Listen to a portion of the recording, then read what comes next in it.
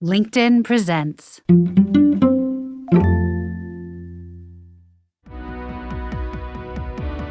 Resiliency is defined as the ability to withstand or recover quickly from difficult situations. But what does it look like in practicality? And most important, how do we get it? How do we cultivate it?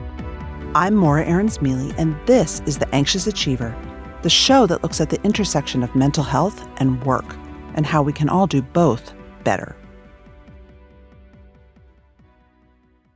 The LinkedIn Podcast Network is sponsored by TIAA. TIAA makes you a retirement promise, a promise of a guaranteed retirement paycheck for life. Learn more at TIAA.org/promises pay off. Today, I speak with renowned behavioral economist Dan Ariely. Ariely says resilience is our natural antidote to stress. And it's not just how we react in very bad situations. It's how we manage our life in general. He's going to show us how to think about it and how to cultivate it. He knows what he's talking about. As a young man, Ariely spent 3 years in the hospital after 70% of his body was burned. He still lives with pain and disability. And since the pandemic, he has been at the center of COVID conspiracy theories that have brought him death threats and radically upended his life. He's been fascinated with questions of resiliency, like how do we find meaning in what we've lost? How do we find agency in an uncontrollable world? How do we manage and think smartly through the unmanageable? And how can we build trust and community when just blaming other people is easier? Dan Ariely is known for his best-selling books like The Upside of Irrationality and The Honest Truth About Dishonesty, and his new book is Misbelief: What Makes Rational People Believe Irrational Things. He's a professor of psychology and behavioral economics at Duke. You've probably seen his TED Talks, read him, or heard him on the radio. Ariely offers us a window into human behavior when thinking about why we all act the way we do, and how to turn challenges of all kinds, physical, mental, relational, into better times, and how we can live with the things that are hard but aren't going away. One of the things that you talk about when it comes to facing challenges is the importance of feeling a sense of progress quickly, right? Doing some fast learning to feel a sense of mastery and gaining control. And I was curious, in your own life, when you're feeling a little bit overwhelmed or in a puddle or stuck, what are some of your sort of best resources for doing something that makes you feel like you're making progress? I think I start something new, and it's kind of a bizarre choice because when you're new, you're fumbling around. But I also get the steepest feeling of learning. If I think about the difficulty of the last few years, COVID and so on, I decided to try and write a TV show. Really? Yeah, a drama TV show for a university professor that helps the FBI solve crimes. And I decided to try and write kids' books. Both are things I had no idea how to do. But, kind of the fumbling around with something new, feeling a sense that I'm learning something, acquiring a skill, finding my own voice and version of it is very, very helpful for me. So that's one. I think the second thing is going for long walks with friends. There's a big difference for me between sitting across a table and talking and going for a walk. And there are a couple of reasons for the difference. One is people are more creative when they walk, so there's some advantage in that. Mm-hmm. The second is that talking, not looking into somebody's eyes, in many ways is easier. So when you walk facing the same direction, there's an easiness. Walking in nature has a benefit. And then there's something else about going for a walk, which I just feel more comfortable about returning to the same topic. So when I sit with somebody for a cup of coffee, they think, okay, we cover topic 1, we're at topic 2. It's like, we have an agenda. We're at topic 3 now. We can't go back to topic 1. But somehow when you walk, you can have silences. You can walk a little faster. You can walk a little slower, take a little distance. But also you can go back to topics. Mm-hmm. So trying something new, going for walks with friends, and kind of mulling things over, I think, are my main to-go strategies. I like that. Can I say something about my half a beard and about something about... Yes, go. So I wrote a little bit about this half a beard, and I look kind of strange. There are three reasons why I have this half a beard. The first one is I was badly burned. Most of my body is covered with scars, including the right side of my face. So scars don't grow hair. But of course, I could shave. And indeed, for many years, I shaved. And then a few years ago, I went on a month-long hike, first time, and I didn't shave for a month. And I came out of this hike with a half a beard. And I looked in the mirror, and I really didn't like myself. It's a very, very strange look. I'm not recommending it to anybody. And I thought I'll take this beard off, but maybe I'll keep it for a few weeks just as a memory of the hike. And then the first strange thing happened is that some people wrote me and thanked me for the half a beard. These were people who were struggling with their own injuries. Mm-hmm. They felt I was doing it on purpose to show, look, how much I don't care. And they say it gave them some strength. For example, there was a woman in her 50s who said she had a car accident when she was 17 and she didn't wear a skirt since. And she said that she's going to try. So when I got these notes, I said, okay, if I'm kind of a public service announcement for people to feel more comfortable with their injuries, I'll keep this going. But the real surprising thing happened about 4 months down the road. So I've been injured for many years. I have scars for many years, lots of deformities, lots of things are wrong with me, don't function well. But about 4 months into this half a beard, I all of a sudden felt better about my scars. Wow. I felt like it was not me fighting the scars, but we were kind of more together, of the story of my life. And lots of other things happen. I don't care as much about the half a beard, the short sleeve shirts, all kinds of things like that. And I wondered what happened. Why now? Right. And here is what I think happened. So think about somebody like me shaving or half shaving. I start today, I wake up in the morning, smooth on one side, scars, stubble on the other side, little black dots. And the act of shaving for somebody like me is also an act of reducing my lack of symmetry. The act of shaving makes me less non-symmetrical. And it's an act of hiding. Mm. And stopping this hiding had a tremendous step in self-acceptance. And this for me was really surprising because here I am, a social scientist. My mother thinks a good social scientist. And this was something I could not predict. Like if you asked me, how would it feel like to have half a beard? I would tell you about day one. I would say people would ask questions, kids would laugh, all kinds of things would happen. But understanding this self-acceptance process that would take months, nothing about my set of intuition could lead me in that direction. And I think that's what social science is supposed to do. It's supposed to give us some hints about things our intuition doesn't help us understand. And then the other thing is that somebody wrote me not too long ago and said, you're lucky you have half a beard. And what he meant was that he had a mental issue that is not visible. And of course, he is right. There's a huge advantage in having a physical disability.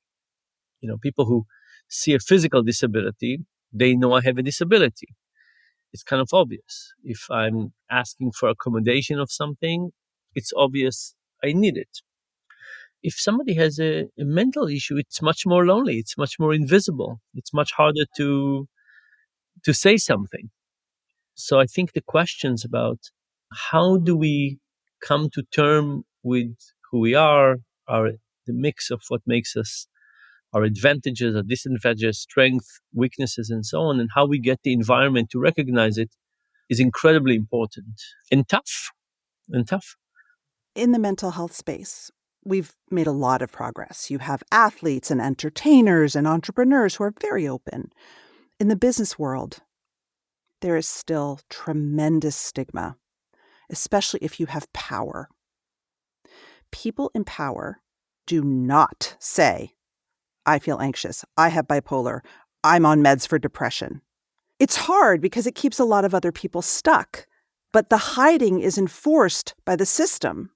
It's enforced by shareholders. It's enforced by, if I say this, is the stock of my company going to tank because people think that I'm anxious, I'm unreliable? Knowing what you know about social science, but also your own experience of being done with hiding, what would be your advice for a CEO who's really struggling, who needs to be open? So first of all, we did a study a few years ago in which we went to a big consulting company, let's say outside of the US, Mhm. relatively high quality, good company. And we asked people, how many of you have an official diagnosis of something with neurodiversity? And we gave examples. And we said, if you don't have a diagnosis, how many of you think that if you went to a doctor, you would get a diagnosis? 25% said they have an official diagnosis, and 27% said that they would get one if they went to a doctor. So is that more than half? Slightly more than half. Now, we included ADHD to everything, but still. And the other interesting thing about those people is that they were less happy at work. Mm-hmm. And they were less happy at work because work has no idea of what accommodation to do for them.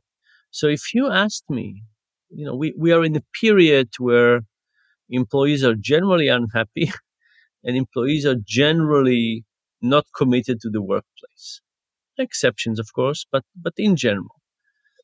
And COVID did a number on us, and bureaucracy is doing a number of us, and the broken social relationship at work are doing a number of us. But if I was working at a company today, I would start thinking very carefully about what accommodations I could do for people with different needs. Mm-hmm. For example, I have one friend with bipolar. He had a really tough time working in a team. He was either too fast for them or too slow for them.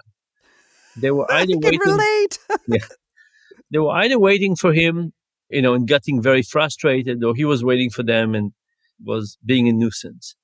He also expressed his frustration in a very unhealthy way, and like there Mm-hmm. was a big challenge. And his CEO says very, very thoughtfully, you're going to become a one-man team. Brilliant. You have these ups and downs. Nobody can follow your synchronicity, but you're incredibly valuable. That's an amazing boss. And the reason I'm mentioning it is he has a dedicated employee for life. For life. For life. And I guess this guy's probably pretty smart, pretty good, has gifts with his bipolar. That's right. He, on average, he's amazing. Yeah.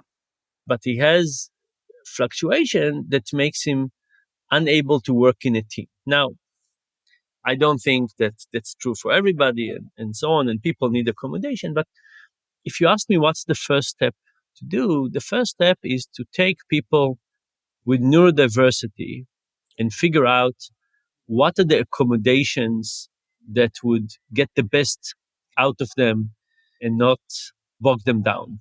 And the sum of value could be higher. You could think about people as individuals. You could think about them as teams. You would say, okay, where do we put people?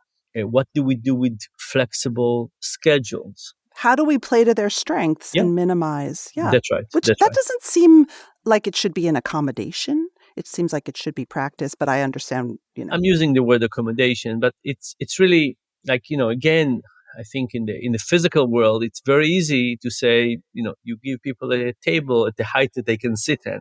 yes. In the mental world, it's very hard to understand what is this table. If you see somebody on a wheelchair, you have a very quick understanding of what they need. If somebody tells you they have depression, it's very hard to understand what it is that they need. But if you ask me what I would do, I think the first thing is to figure out how do we create a workplace that is neurodiversity friendly.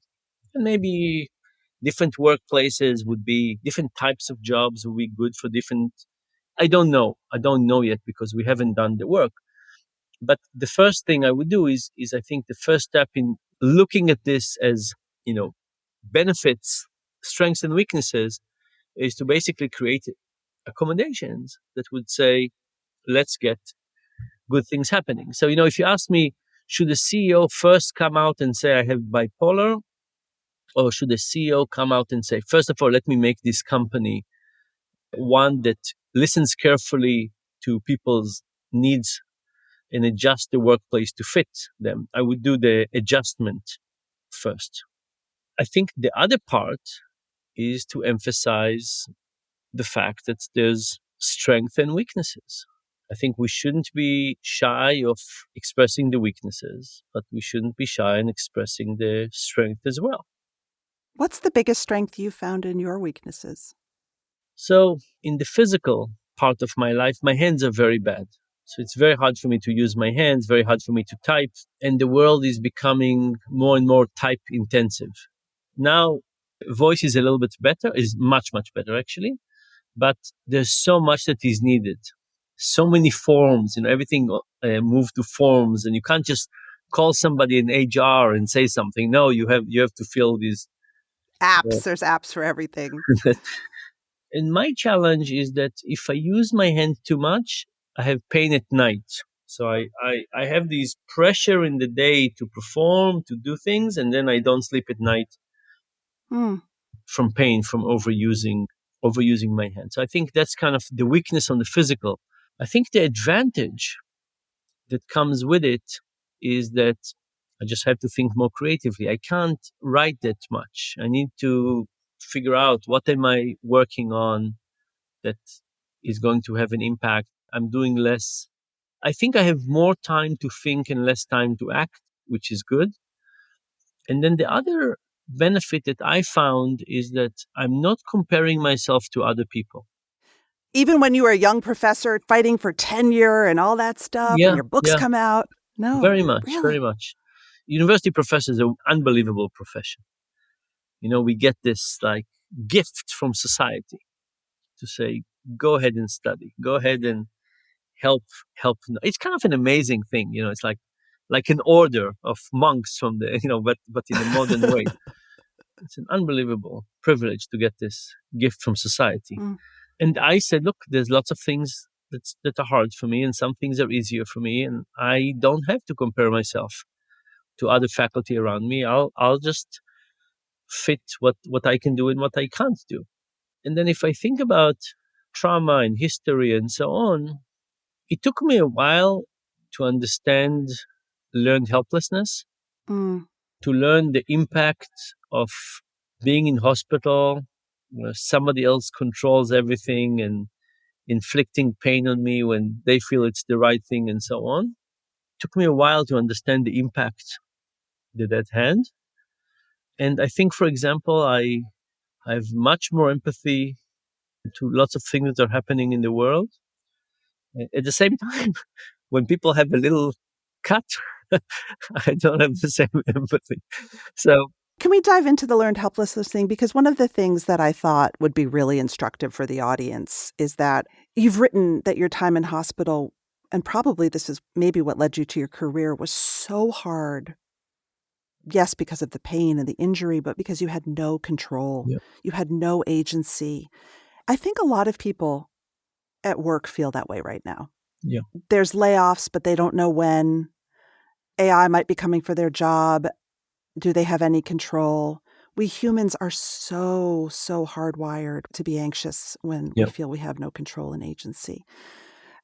Talk about the relationship between learned helplessness and that lack of control, and how you learned to fight it, or just how we can think about it constructively.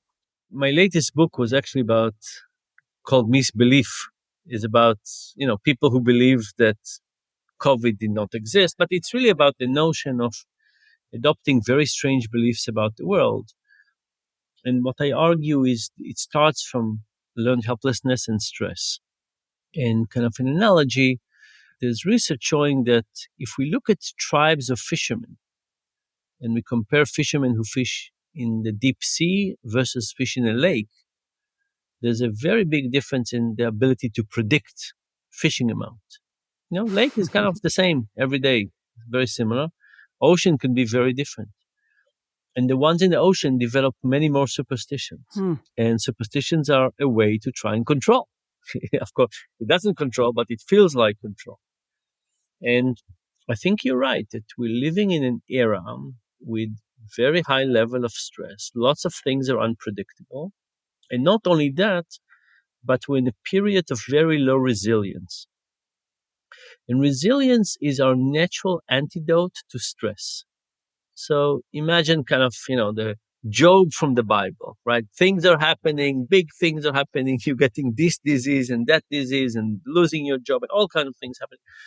What is helping people stand up to these shocks? It's resilience. Mm-hmm. Now, usually we think about resilience as, okay, you walk around life up and down, up and down, up and down. All of a sudden, something really bad happened. And we think about resilience is, do you get up? And how fast do you get up? And do you get up above to where you were before, was post-traumatic growth, or below, and how long it takes you? But resilience is not just how we react to a very negative event. Resilience is how we manage our life in general. I think of it like an insurance policy. Mm-hmm. The concept I love is what's called secure attachment. Imagine you have a kid, the kid is 4 years old, you go with the kid to the park, and you say, kid, go to the swings. And the kid goes to the swing and comes back an hour later. If that happened, you have a kid with secure attachment. But if the kid goes to the swings and they look behind their shoulder every 1 to 2 minutes to see if you're still there, not so successful in secure attachment. And this is the essence. The essence, do you feel that if you would fall, somebody would pick you up? You haven't fallen. You're in a period that life is going on around. But do you feel that if you fell, somebody would catch you? So kind of think about like a few questions. If you flew now to a foreign country and for some reason you were arrested and you were in jail, how many friends you could call and say, please take a flight and pay $30,000 to get me out of jail? It's just one example. There could be lots of things. But by the way, AI is very stressful for lots of people and for good reasons. I see students who ask me, tell me if the career I'm just picked a year ago is still going to be there in 2 years. Yeah. Very hard, very stressful to be 19 these days. So we have very high stress. What's happening with Iran, the election in the US, and then low resilience. So we don't have as many friends. By the way, the US, people used to spend more time with friends. Like think about all of these movies. The men go to work, and from work they go to the bar, and they hang out with their buddies. And the women, do their thing. And okay, so but we spend more and more time with our nuclear family, less and less time with friends. People are transient. We're moving more around. How many people do you know that born and die in the same city? Not as many. And we know that people around us are transitioning as well. And social media creates a very quick way to say, hey, I like you without putting the effort. We have less friends at work, and then inequality, financial inequality, economic inequality decreases resilience, because as people are more unequal, they're less likely to ask for help. Mm. So the total of it is that we're kind of more alone, and when we need help, we don't have it. So I think that the topic of resilience is utmost important. If you say to yourself, I have ups and downs in my life, who can I count on? It's incredibly important, but it doesn't happen by itself. We have to create that insurance policy. The LinkedIn Podcast Network is sponsored by TIAA. In the last 100 years, we've seen financial markets swing, new currencies come and go, decades of savings lost in days, all showing that a retirement plan without a guarantee, quite simply, isn't enough. So more than a retirement plan, TIAA makes you a retirement promise. A promise of a guaranteed retirement paycheck for life. A promise that pays off. Learn more at TIAA.org/promisespayoff. From LinkedIn News, I'm Leah Smart, host of Everyday Better, an award-winning weekly podcast dedicated to personal development. Whether you're looking for ways to shift your mindset or seeking more fulfillment in your life, we've got you covered. You can build internal resources. That's what the study of psychology is about, building internal resources. Turning towards is one of the most important elements of successful relationships, no matter what kind of relationship it is. The thing that underpins all of this productivity stuff is finding a way to make the journey itself enjoyable. The journey is the destination. The beauty of uncertainty is infinite possibility. When you don't know what's next, you don't know what's next. And thus, anything can be next. Join me as we dive into captivating stories and research-backed ideas that have empowered me and others to lead lives with more clarity and intention. Everyday Better, making growth an everyday practice. Listen to Everyday Better on the LinkedIn Podcast Network, Apple Podcasts, or wherever you get your podcasts. What does that have to do with learned helplessness? What's sort of the horrible triangle between stress and scarcity and uncertainty? As stresses increase, if we have plenty of resilience, we could absorb it. Imagine somebody gets fired. And not only do you get fired, but you got fired and the guy in the cubicle next to you doing the same job didn't get fired. Right? So it's not as if the whole company went out, but it's something specifically about you and you have no idea. And because you have no idea and they were not fired and you were, you say, could it happen again? Like, what did I do wrong? What did he do right and I do wrong? And I don't understand. So you're now in learned helplessness. You're basically saying, I just got a terrible news. I don't understand why me, why not him? How do I know that this will not happen again? How do I ever get the energy to try? Maybe I'm not good. I am not just not seeing it. I don't know what's happening. And if we have low resilience, it's very hard to absorb that stress. But if you have high resilience and you have people who are on your side and so on, you can say, okay, I can manage. I can get the energy to try again. But if you don't have the resilience, it can create a very vicious cycle. Where now, when you have learned helplessness, you basically are very afraid to take any action because any action could be damaging and painful. So let's say you think to yourself, oh, the chances of going through a job interview are 50%. But if you just had a traumatic experience at work, maybe you say it's 20%. And maybe if you get your energy up and you go for an interview, but you don't get it, you say, oh, it's not that it's 50-50. You say, oh, here's another Right. proof. Why try? It has a very vicious cycle.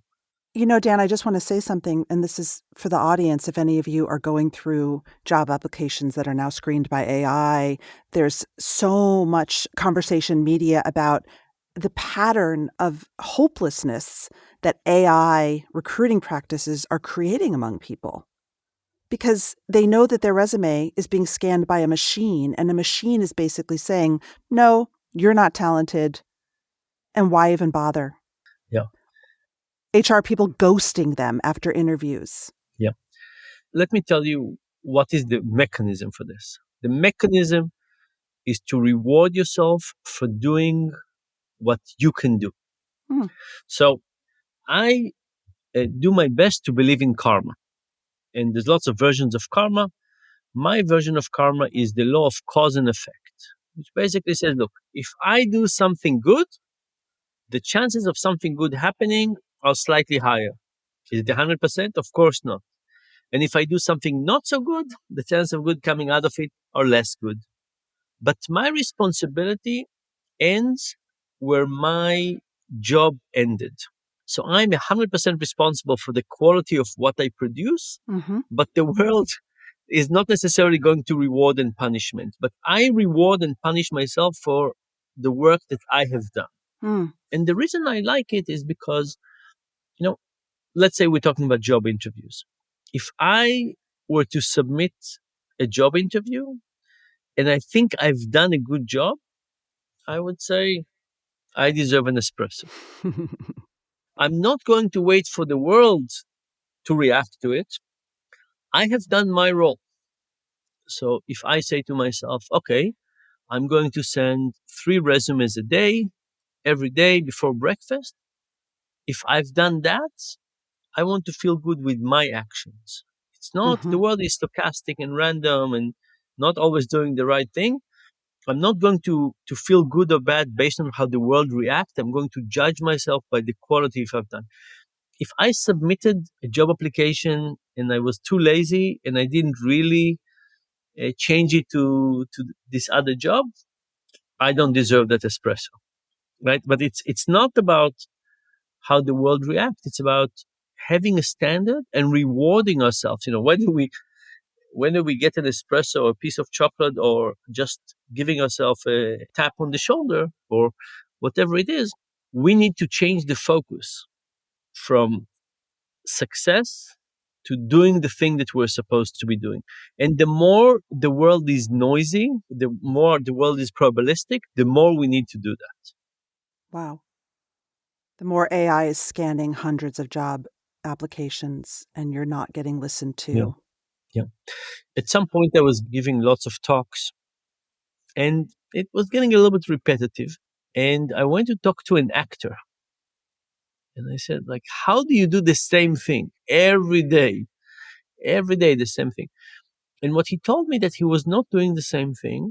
The moment he got good at acting on this play, he was actually acting on two levels. On one level, he was acting on the play. And on the second level, he was observing himself and making small differences. He was standing in slightly different places. He was pausing for slightly longer. He was projecting more and less in different places. And he was looking at the audience to see if they reacted to it. Huh. And he said that became a really fascinating game for him. And I later talked to like concert pianists, people who play the same piece for 6 months to practice for a concert. And it's like, who are these people? What? But they do similar things. They try to make tiny changes. By the way, changes that you and I would probably not even be aware that they happened. But they're playing with tiny little changes. And I think there's a lot of wisdom in this. So if we need to submit the same thing, the same CV over and over, make tiny changes. Let me emphasize something. Let me repeat something. Let me bold something.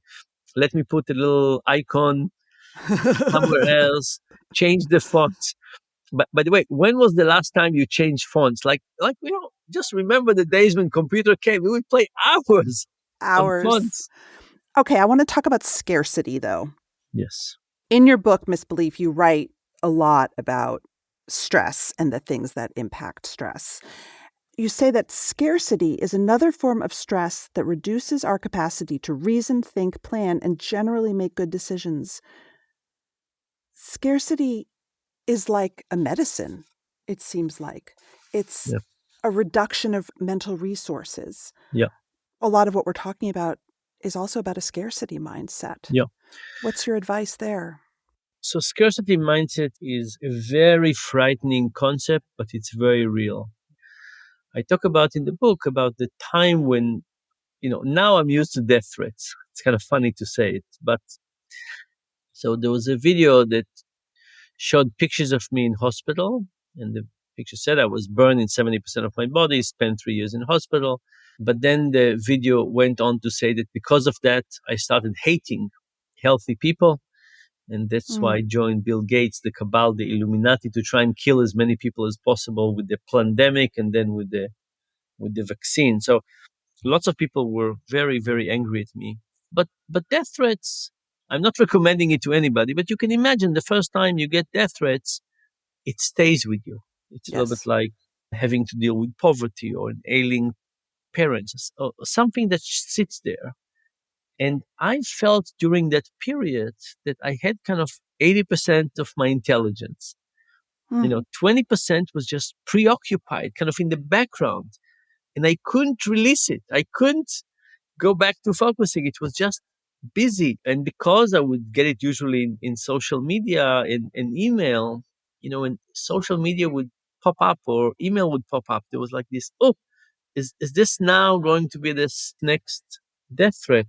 But it just says that when we are worried and stressed, this thing is taking some of our capacity away. It's very hard to push it down. My audience knows this with anxiety. Yes. It's like it takes too much of the computer in your brain. The CPU is being sucked because you're so busy projecting a future. Yeah, That's totally. right. With PTSD, part of what is happening. So PTSD in many ways is a memory problem. Hmm. And what I mean by memory problem is that you can't put the trauma in the past. Mm-hmm. And any trigger, you can be back to that street corner when something terrible is happening. And there's lots of resources to push it down. And anxiety too. If people are afraid from an anxiety attack, the fear of anxiety attack is taking some of their capacity. Am I going to have one? Is this coming? So yes, I think that managing our own health, managing threats, whether it's death threats or threats of something coming up to the surface, or managing an ailing parents and so on, is taking capacity. And we have to understand it, and then we have to say, okay, so what do we do about it? How do we make this not controlling our life to the same degree? Because if 10 or 20% of your capacity is being taken away by managing this, very unhealthy. What did you do besides talk to the conspirators who've invented mythologies about you? Yeah. The first month was terrible. During the day, I was kind of able to work, but at lower capacity. Nightmares at night were terrible. But it was going back to control. So for me, at the end of the first month, when I just tried to defend myself and explain myself and so on, I moved to saying, okay, I'm a social scientist. What I'm going to do is try to understand this phenomena. Here's a research plan. Here's how I'm going to deal with this. So it was really about taking back control. And, the control of the process, saying, I can't have this. So, being attacked this way is very unsettling. Like we said before, like, when will it come again? What will they attack me next on? Like, where is it coming from? And I basically said, I need to understand it. And I didn't mean by understanding, okay, why did these 3 people think I did this? And why did these 5 people think I did this? I said, I need to understand the psychology of human beings. So this book is really my therapy. It's my attempt to sort the world out. And at the end of the book, I have lots of empathy for these people. I'm not blaming them. They did terrible things, but at the end of it, I say, okay, now I understand where this is coming from, and it's more controllable, and I understand it better. And I also knew what I had to do. The moment I turned it into a research project, I had my marching order. I know how to do research. So yes, for me, this was terrible lack of control. Imagine somebody took control over the narrative of your life and they just wrote it. This is a very serious lack of control.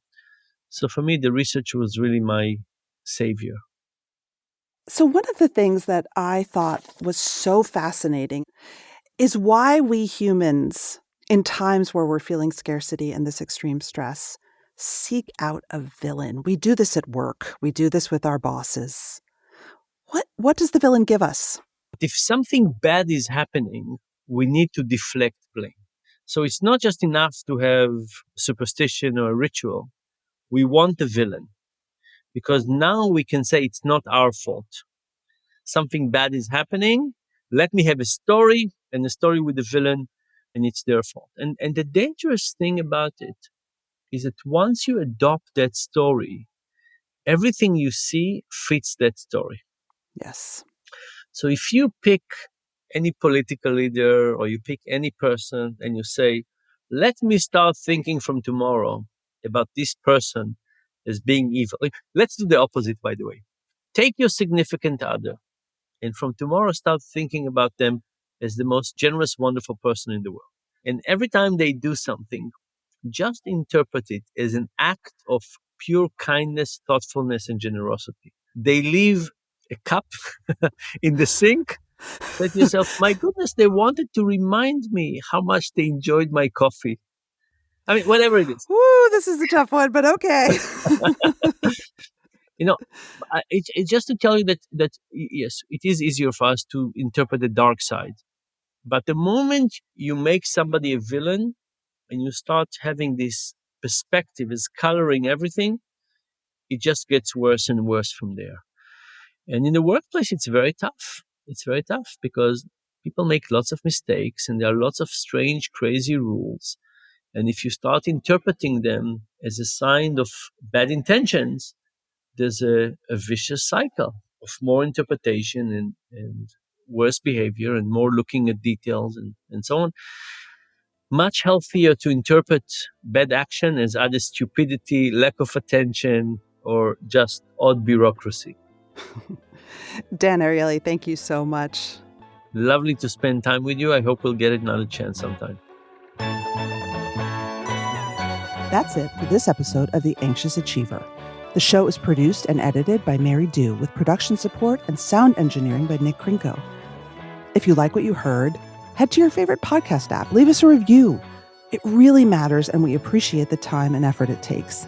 And if you don't subscribe or follow the show already, now's the time. And let us know what you'd like to hear more of. I get some of my best ideas from my listeners, so find me on LinkedIn, send me a message.